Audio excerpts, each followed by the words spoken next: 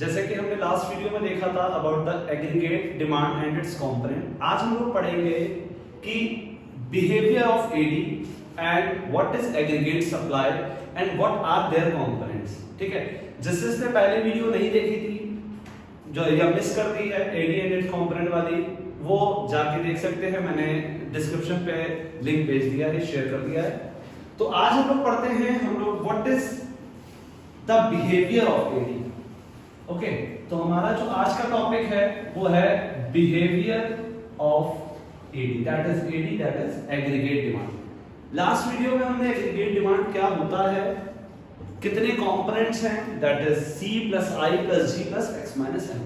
ठीक है, लेकिन जब हम लोग इस थ्योरी को यानी इस बिहेवियर को पढ़ते हैं तो हमने यहाँ पे दो कंपोनेंट लेके पढ़ा है, that is AD equal to C plus I। यानी हम लोग जो पढ़ रहे हैं बिहेवियर वो टू सेक्टर इकोनॉमी में पढ़ना है, that is consumer and the second one is producer. ठीक है, तो हम लोग समझते हैं एडी का behaviour with the help of table and diagram. ठीक, तो सबसे पहले हम टेबल बनाते हैं। Income 0, 50, 100, 150, 200, consumption 20, 60, 100, 140, 180, I that is 20 or we can take 10 as well, 10, 10, 10, 10, 10। चलो अब हम लोग निकालते हैं AD, that is equals to C plus I।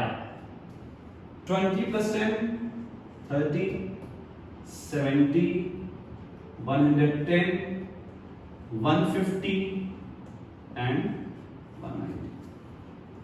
ठीक है, अब हम लोग समझते हैं कि टेबल से हम लोग कैसे एडी का बिहेवियर जाने, एडी बिहेव कैसे करता है। चलो हम लोग यहां पे लिखते हैं रिमार्क्स। ठीक, हमने यहां पे दो चीज बनाई है, पहले Y that is shows income, C that is shows as consumption expenditure and I that is investment. अब हमने यहां पे जो I लिया है वो लिया है ऑटोनॉमस इन्वेस्टमेंट। कौन से इन्वेस्टमेंट लिए है? ऑटोनॉमस। और ऑटोनॉमस इन्वेस्टमेंट के बारे में हमने बताया था कि it is independent to income, means it does not changes with the change in income. यानी इनकम के चेंज होने से इन्वेस्टमेंट में कोई भी चेंज नहीं होता। ऐसी इन्वेस्टमेंट को हम लोग क्या बोलते हैं? Autonomous investment. और लास्ट जो हमने निकाला है वो AD, that is C plus I। ठीक है, अब देखो सबसे पहले हम लोग समझते हैं इनकम 0, और 0 इनकम पे हमारे कुछ खर्चे हैं।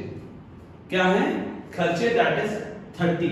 हमारे 0 लेवल ऑफ इनकम पे भी कुछ ना कुछ खर्चे हैं, यानी 0 लेवल ऑफ इनकम पे भी हम लोग कुछ ना कुछ कंजम्पशन जो है वो क्या कर रहे हैं। ऐसी कंजम्पशन को हम लोग ऑटोनॉमस कंजम्पशन बोलते हैं। क्या बोलते हैं? ऑटोनॉमस। यानी जब इनकम 0 हो और कंजम्पशन कुछ रहे, तो इस सिचुएशन को, यानी उस सिचुएशन पे जो कंजम्पशन होती है वो हमारी कौन सी होती है? Autonomous consumption. ठीक, कौन सी कंजम्पशन होती है? Autonomous consumption. अच्छा, अब बात ये आती है कि इनकम तो 0 है और कंजम्पशन हमारी 20 है, और अगर हम इसका सम ले लें 80 तो टोटल खर्चा को 30 कर रहे हैं। ये कैसे पॉसिबल है कि इनकम 0 और खर्चे? एग्जैक्टली ये होता है, इनकम भले ही 0 रहे लेकिन हमारे खर्चे कभी भी 0 नहीं हो सकते। इसका सबसे बड़ा एग्जांपल है कोरोना। कोरोना में हमारे लॉकडाउन लगा था, ठीक है, कोई इनकम नहीं थी। कुछ महीने जब प्रॉपर लॉकडाउन था तो हमारी कोई भी इनकम नहीं थी, इनकम वाज 0। ठीक है, लेकिन हमने कुछ ना कुछ खर्चे किए ना, यानी ऐसे खर्चे हम लोग उस समय करते हैं जो हमारे सर्वाइवल के लिए होते हैं। ठीक है, जो हमारे किस लिए होते हैं? सर्वाइवल के लिए, नेसेसिटीज होती हैं। ठीक है, तो उन खर्चों को भी, वो खर्चे भी तो हैं, तो उनको हम खर्चे करते हैं। अब हम करते कहां से हैं भाई? क्या किया होगा? या तो उन्होंने पास सेविंग से किया होगा, ठीक ठीक, या हमने क्या की होगी? बोरोइंग की होगी। या तो पास्ट सेविंग या हमने क्या किया होगा? बोरोइंग। तो 0 लेवल ऑफ इनकम पे कुछ ना तो कुछ खर्चे होते हैं, और ऐसी कंजम्पशन को हम लोग क्या बोलते हैं? Autonomous consumption. अच्छा, अब दूसरी चीज कि इनकम और कंजम्पशन का जो रिलेशन है वो हमेशा पॉजिटिव रिलेशन होता है। कैसा रिलेशन होता है? पॉजिटिव बोलो, डायरेक्ट बोलो, बात एक ही है, ठीक है। इनकम और कंजम्पशन का जो रिलेशन है वो हमेशा क्या रहता है, पॉजिटिव रहता है। तुमने पहले भी पढ़ा, मैंने तुमको एक चीज और बताई थी कि यहाँ पे जो एडी पढ़ रहे हैं, एडी दो चीजों से इंपैक्ट होता है, इनकम से और प्राइस से।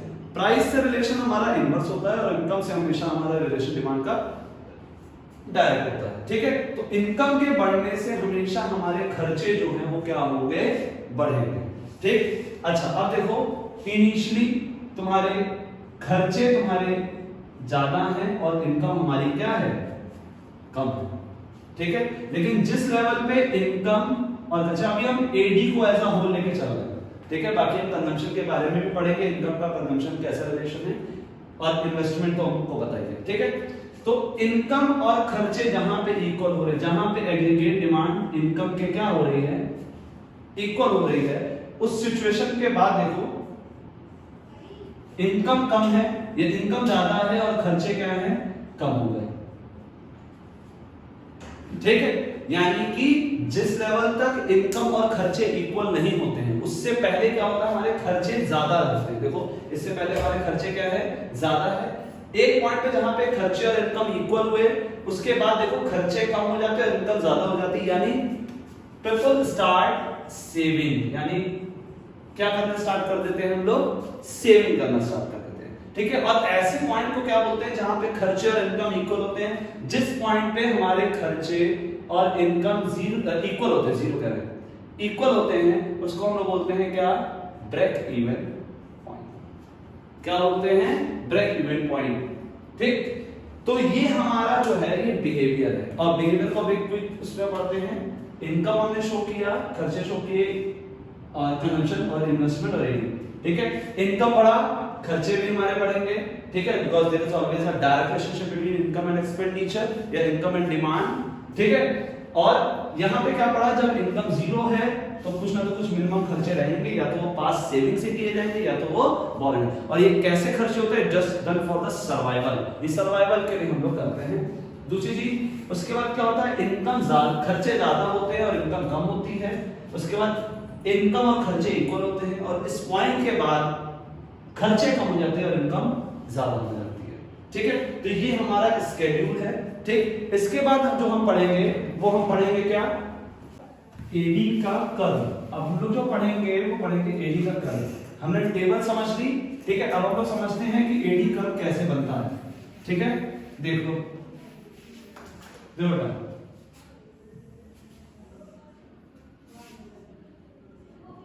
y एक्सिस पर हम शो करेंगे aggregate demand, that is C plus I।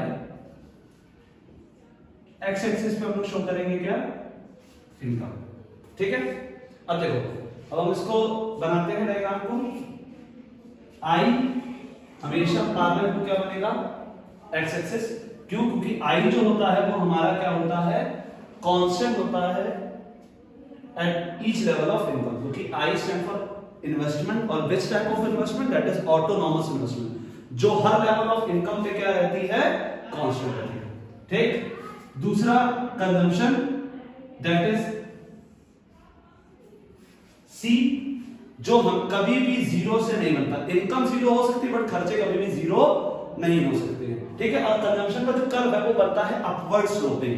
क्या होता है, अपवर्ड स्लोपिंग। और C प्लस I का जो समेशन होता है वो बनता है क्या, एग्रीगेट डिमांड। और एग्रीगेट डिमांड जो भी बनेगा वो कंजम्पशन के एकदम क्या बनेगा, पैरेलल बनेगा, ठीक है। कंजम्पशन की क्या बनेगा, एकदम parallel, that is C plus I, ठीक है। AD is equal to C plus I। तो ये हमारा जो है ये AD का बिहेवियर है और ये AD का कर्व है, ठीक है। अब इसके बाद जो है, इसके बाद जो आता है वो आता है हमारा एग्रीगेट सप्लाई, ठीक। अच्छा एक चीज और, इसको एग्रीगेट सप्लाई में जाने से पहले सबसे पहले हमें कुछ चीजों को और ध्यान देनी है। यानी हमने एक पे यहाँ पे क्या क्या पॉइंट्स को नोट किया, बेसिकली 3 से 4 पॉइंट हमने मेजरली नोटिस किए। क्या कि AD is equal to C plus I, यानी यहाँ पे हमने 2 सेक्टर को लिया। दूसरा पॉइंट क्या नोटिस किया कि इनकम और कंजम्पशन में जो रिलेशन होता है वो कैसा रिलेशन होता है, डायरेक्ट रिलेशन होता है। इनकम अगर जीरो होगी तब भी कुछ ना तो कुछ मिनिमम खर्चे होंगे वो सर्वाइवल के लिए, ठीक है, ठीक, चाहे वो हम पास सेविंग से करेंगे या बोरोइंग से करेंगे, ठीक। तीसरी चीज, इनकम और खर्चे जब इक्वल होंगे तो उस पॉइंट को हम लोग ब्रेक इवन पॉइंट बोलेंगे, और जब खर्चे कम और इनकम ज्यादा होगी यानी क्या होगा, सेविंग स्टार्ट हो जाएगा। बात समझ में आ रही है? अच्छा, जब खर्चे बढ़ते हैं ना तो खर्चे बढ़ने के कई कारण होते हैं, ठीक है। इसको हम लोग ऐसे तो हमारे ट्वेल्थ के सिलेबस में नहीं है, आगे है, जैसे रेक्चर इफेक्ट होता है या डिमॉन्स्ट्रेशन इफेक्ट होता है कि दूसरे को देख के हमारे कंजम्पशन हम लोग क्या कर देते हैं, बढ़ा देते हैं। तो ये क्या तुम्हारे सिलेबस में नहीं, बट कई ऐसे कारण हैं कि इनकम के बढ़ने से खर्चे क्यों बढ़ते हैं, ठीक। बात समझ में आ रही है? चलो अब हम लोग पढ़ेंगे क्या बेटा, एग्रीगेट सप्लाई। क्या पढ़ेंगे? Aggregate supply. इससे पहले जो हमने टॉपिक खत्म किया वो खत्म किया एग्रीगेट डिमांड और कंपोनेंट। अब हम लोग पढ़ेंगे क्या, aggregate supply. What is aggregate supply? Again यहां पे बात हम लोग एग्रीगेट की कर रहे हैं, यानी होल, दैट इज हम लोग मैक्रो इकोनॉमिक्स पढ़ रहे हैं, ठीक है। यानी कि एक साल के अंदर जितने प्रोड्यूसर हैं, ठीक है, वो जितनी भी कमोडिटीज को बेचना चाहते हैं, यानी कि यहां पे जो बात हो रही है वो एग्रीगेट आउटपुट की बात हो रही है। किसकी बात हो रही है? एग्रीगेट आउटपुट की बात हो रही है, ठीक है। और अगेन यहां वहां क्या था, विश टू बाय था, यहां पे क्या है, विश टू सेल। यानी कि एक साल के अंदर जितने भी प्रोड्यूसर हैं वो जितनी भी कमोडिटीज को बेचना चाहते हैं, ठीक है। समझ में आ रहा? Total supply of goods and services, ठीक है, which to sell by all the producers, ठीक है। गुड्स एंड सर्विसेज जो टोटल है, उसकी जो टोटल सप्लाई है, जो सारे प्रोड्यूसर मिलकर क्या करना चाहते हैं, बेचना चाहते हैं, उसको हम लोग बोलते हैं एग्रीगेट सप्लाई। अच्छा, एक क्वेश्चन आता है, एक क्वेश्चन पूछा जाता है कि एग्रीगेट सप्लाई को हम लोग इनकम के इक्वल क्यों रखते हैं? बोला जाता है कि aggregate supply is always to equals to income. Income बोलो या नेशनल इनकम बोलो, अब ये क्यों होता है हमको ये समझना पड़ेगा। देखो बच्चा, एग्रीगेट सप्लाई को अगर हम अदर टर्म में बोले तो aggregate supply means total output, ठीक है, जो इकोनॉमी में प्रोड्यूस हुआ है, ठीक। अब ये जो हमारा आउटपुट है, ठीक, ये जो टोटल आउटपुट बना है वो टोटल आउटपुट बना कैसे है, ठीक है। वो टोटल आउटपुट बनाने के लिए हमने क्या किया है, फैक्टर सर्विसेज को हायर किया होगा, यानी फैक्टर्स ऑफ प्रोडक्शन जिनको बोलते हैं। और फैक्टर्स ऑफ प्रोडक्शन को जब हमने हायर किया होगा तो उसके बदले में उनको क्या दी होगी, फैक्टर पेमेंट दी होगी। फैक्टर पेमेंट क्या क्या होती है, what are the factor services? Land, labour, capital, entrepreneur.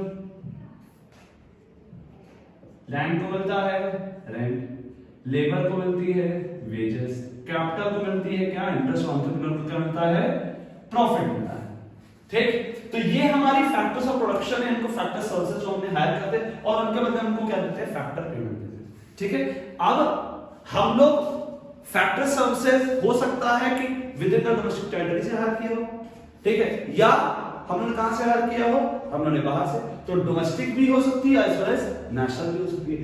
और तुमको पता है production always leads to generation of income, ये याद कर लो कि production always leads to generation. जब हम प्रोडक्शन करेंगे यानी तो प्रोडक्शन के लिए फैक्टर सर्विसेज हायर करेंगे और उसके बदले हम उसको क्या देंगे, पेमेंट देंगे, ठीक है। तो वो पेमेंट क्या है, किसके इक्वल होगी, दैट इज, अब वो पेमेंट किसको हम दे रहे हैं, यानी सर्विसेज वो हम हायर कर रहे हैं और उसके बदले हम पेमेंट दे रहे हैं, वो डोमेस्टिक को भी दे सकते हैं एज वेल एज नेशनल को। इसीलिए एग्रीगेट सप्लाई को हमेशा नेशनल इनकम के इक्वल रखा जाता है। तो एग्रीगेट बोलो, एग्रीगेट सप्लाई बोलो या इनकम बोलो, बात एक ही है, ठीक है। चलो अब हम इसको भी एक बार टेबल के थ्रू समझते हैं। अगर तुमको इसकी डेफिनेशन जाननी है तो डेफिनेशन हम यहां साइड पे लिख दे रहे हैं, ठीक है। Total supply of goods and services. दूसरा पॉइंट क्या हमने बताया ना, हर चीज को पॉइंट पढ़ते हैं। दूसरा पॉइंट क्या पढ़ा, which to sell by all producer. हमने तो बताया ना, हर पॉइंट को पॉइंट वाइज डेफिनेशन को हर पॉइंट वाइज में तोड़ते हैं, ठीक। Total supply of goods and services which to sell by all the producer during an accounting year. यही तो मतलब हुआ, ठीक, अब हम लोग इसको समझते हैं, it can be explain with the help of table. अब हम लोग टेबल के थ्रू समझते हैं कि क्या बनेगा। चलो, इनकम, अगेन वही टेबल ले लेते हैं। ठीक, हम लोग कंजम्पशन पढ़ते हैं, दैट इज 20, 60, 100, 140 एंड 180। ठीक, अब हम लोग यहां पे निकालते हैं सेविंग, ले लो, सेविंग निकालो। ठीक, सेविंग क्या होता है, कैसे निकालोगे? हमको ये पता है कि y equal to C plus S होता है, यानी इनकम का पोर्शन जो है हम लोग कुछ पोर्शन कंजम्पशन पे करते हैं और कुछ पोर्शन सेविंग, यानी हम लोग खर्चे भी करते हैं उसके साथ साथ सेविंग करते हैं। तो y equal to C plus S और s equal to y minus C, that is -20, -10, 0, 10, 20। ठीक है, अब यहां पे निकालो एएस, एएस निकालो। एएस को हमने क्या बताया कि y equal to C plus S और एएस इक्वल टू भी क्या होगा, सी प्लस एस। देख लो 20, 20 कितना हो गया, 0 हो गया, ये कितना हो गया 50, ये 100, ये 150 और ये 100, प्लस 20 माइनस 20 0, 60 प्लस माइनस 10 50, 100, 150 है। अब तुम देखो एएस और इनकम यहां पे क्या हो गए, ठीक। अगर हम इसका डायग्राम देखेंगे तो सिंपल सा हमारा डायग्राम है, दैट इज यहां पर हम लोग लिखते हैं क्या, यहां पर हम लोग एएस को दिखा दें, यहां इनकम,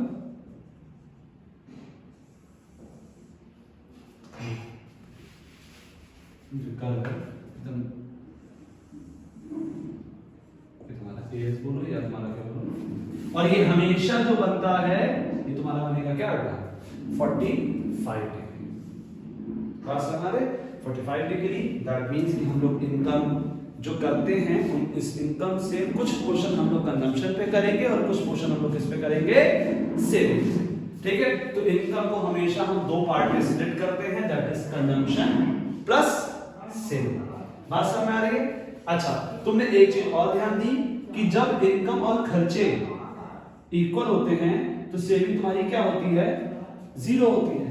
ठीक, यानी और तुमको मैंने पीछे पढ़ाया कि इनकम और खर्चे जहां इक्वल होते हैं उसको बोलते हैं ब्रेक इवन पॉइंट। ठीक, जहां पे इनकम और खर्चे इक्वल उसको क्या बोलते हैं, ब्रेक इवन पॉइंट। या जहां पे सेविंग 0 वो भी तुम्हारा क्या कहलाएगा, ब्रेक इवन पॉइंट। बात समझ में आ रही है? तो ये दो चीजों को हमको ध्यान में रखना है। ठीक, ये तुम्हारा जो है एग्रीगेट सप्लाई। अब एग्रीगेट सप्लाई का ये दो पार्ट है, दैट इज कंजम्पशन है और सेविंग। अब हमारा जो नेक्स्ट पॉइंट है, ठीक, वो हमारा नेक्स्ट पॉइंट क्या पढ़ेंगे हम लोग पढ़ेंगे कंजम्पशन फंक्शन। हमने यहाँ पे क्या पढ़ा, एग्रीगेट सप्लाई क्या होती है। तो अब तक हमने कौन कौन से पॉइंट खत्म किए, aggregate demand, component, curve, diagram और एग्रीगेट सप्लाई का टेबल डायग्राम, इतनी चीजें हमने खत्म की। अब हमारा जो नेक्स्ट पॉइंट है वो पॉइंट क्या है, कंजम्पशन फंक्शन। ठीक है, ये इसको हम लोग पढ़ते हैं कि व्हाट इज कंजम्पशन फंक्शन। ठीक, अब हम लोग दो पार्ट में पढ़ने वाले, क्वेश्चन पूछा जाता है, ठीक, कि कंजम्पशन फंक्शन क्या होता है।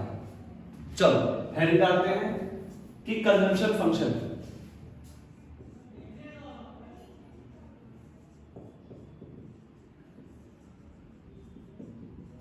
चलो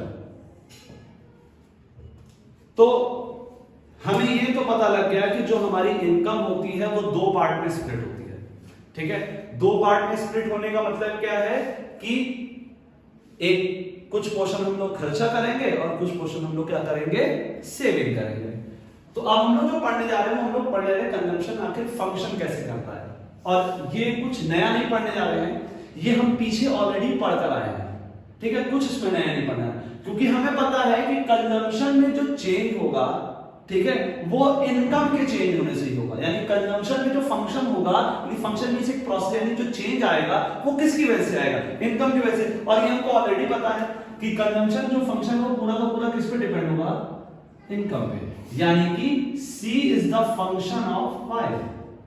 यानी इनकम में जो भी चेंज होगा उसका डायरेक्ट इंपैक्ट किस पे जाएगा? कंजम्पशन पे। तो इसकी डेफिनेशन बहुत सिंपल सी है, the functional relationship between consumption and income. बहुत इजी डेफिनेशन, ठीक है। The functional relationship between consumption and income is known as consumption function, ठीक है।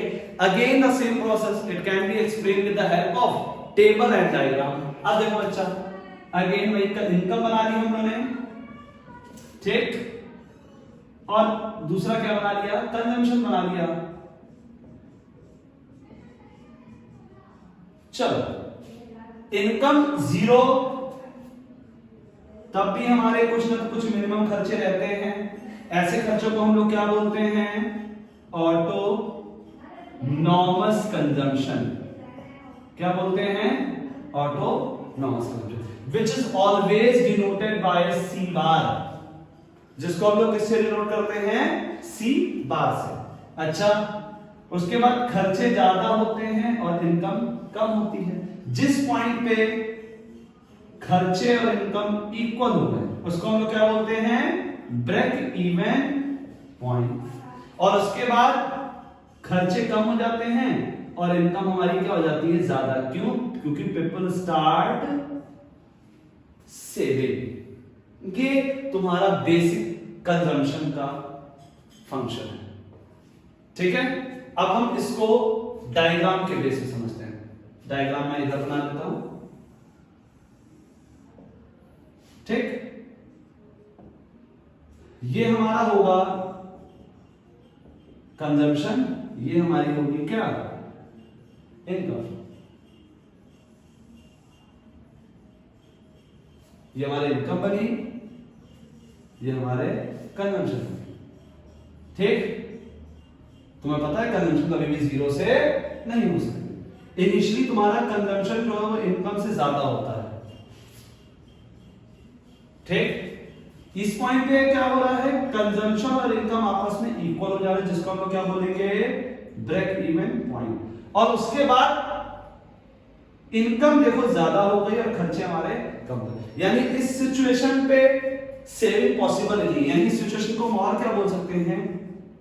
डिस सेविंग, ठीक। यहां पे सेविंग क्या होती है? जीरो। इसीलिए तुम लोगों को बताया था ना, पहले हमने बताया था कि ब्रेक इवन पॉइंट यानी इनकम और खर्चे इक्वल या सेविंग हमारी जीरो।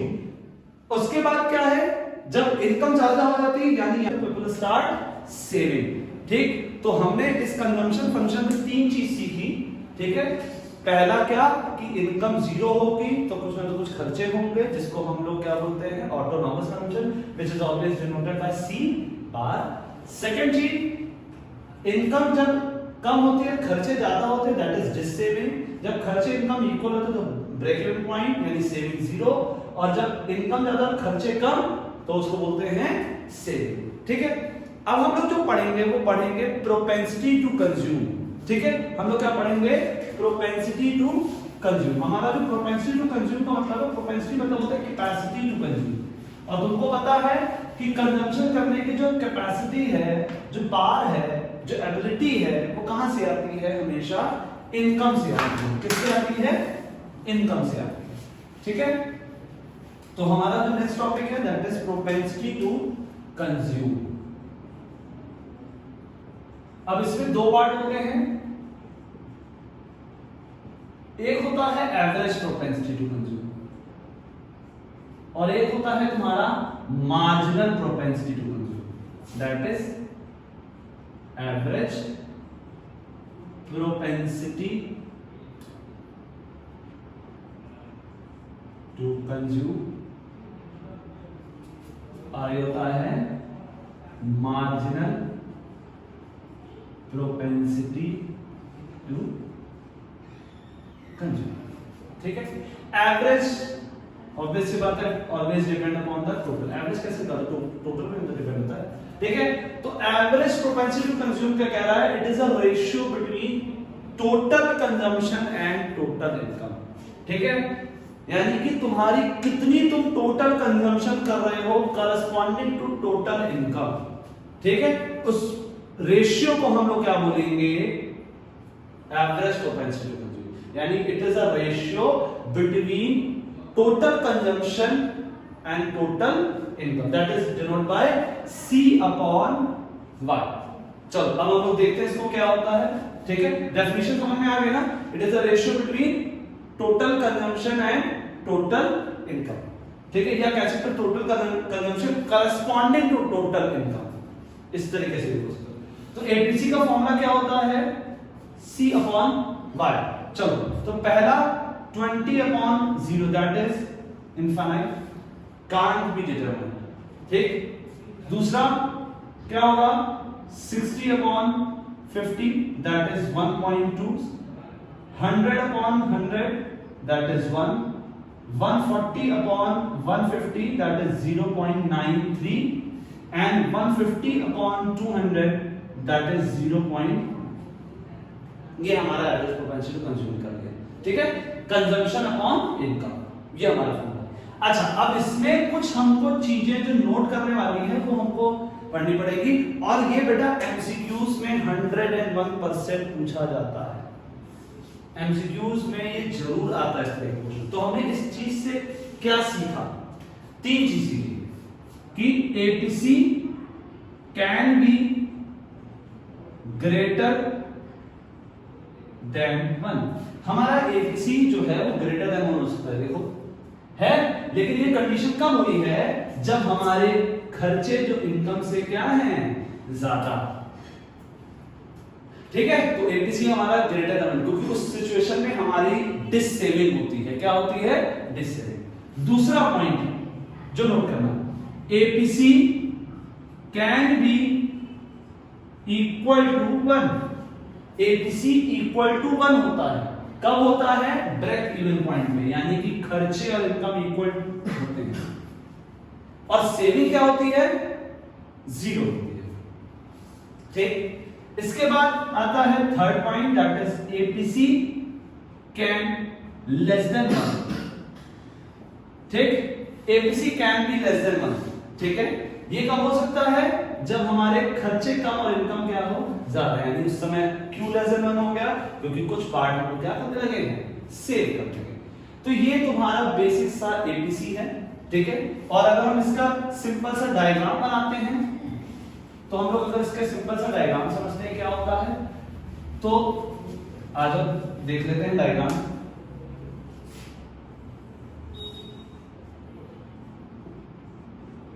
चलो ये हमारा कंजम्पशन हो गया, ये हमारी इनकम हो गई, हुई कि नहीं, ठीक है। तो हमने क्या देखा कि एपीसी जो है वो ग्रेटर देन 1 हो सकता है, क्या इक्वल टू 1 हो सकता है, और लेस देन 1 हो सकता है। ये हमारा कंजम्पशन बनता है, कभी भी 0 से नहीं बनता,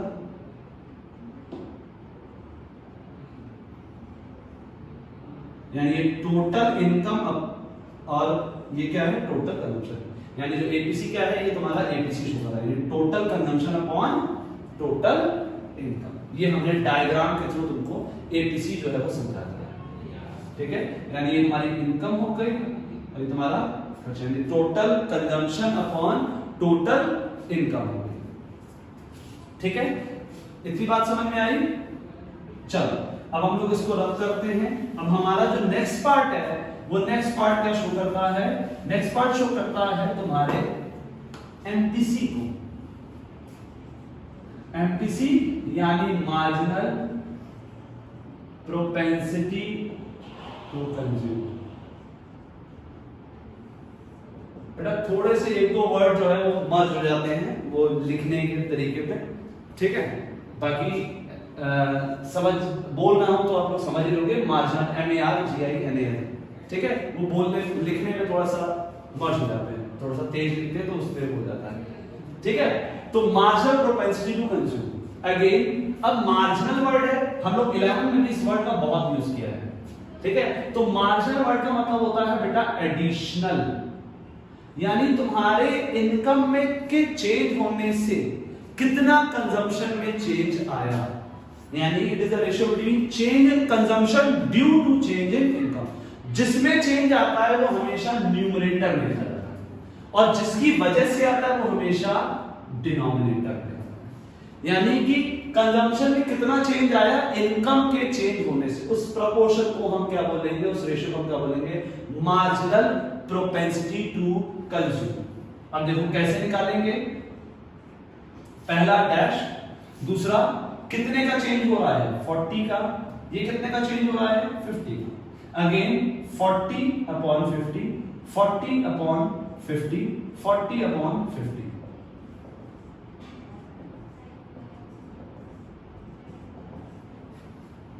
ठीक है, यानी ये 0.8, यानी हर बार देखो जो चेंज है 40 का और हर बार जो चेंज है वो 50 का।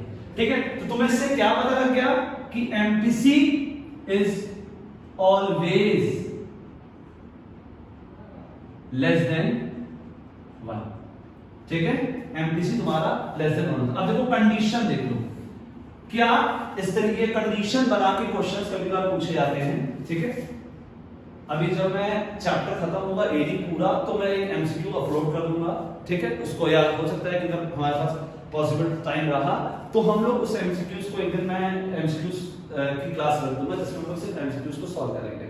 ठीक है, तो एमपीसी इज ऑलवेज जो है वो लेस देन 1। अच्छा, कंडीशंस में अगर हम पूछ लें क्या एमपीसी 0 हो सकता है, ऑब्वियस सी बात है। अगर हम कंडीशन के बारे में कहें तो हाँ, क्योंकि हमको पता है कि इनकम इज इक्वल टू खर्चे प्लस सेविंग।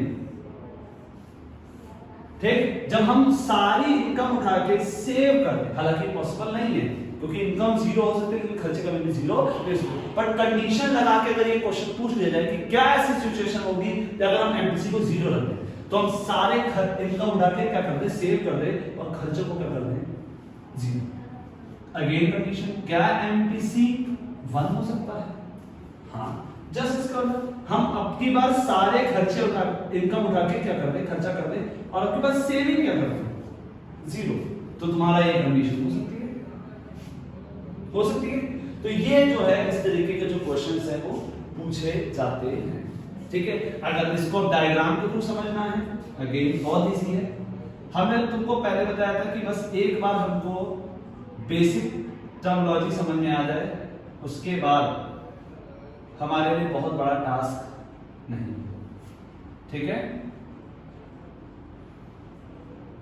चलो देखो, यानी ये कंजम्पशन में चेंज हो रहा है इनकम के चेंज होने से, ये डेल्टा वाई और ये डेल्टा सी, इनकम के चेंज होने से कंजम्पशन में तुम्हारा चेंज होगा।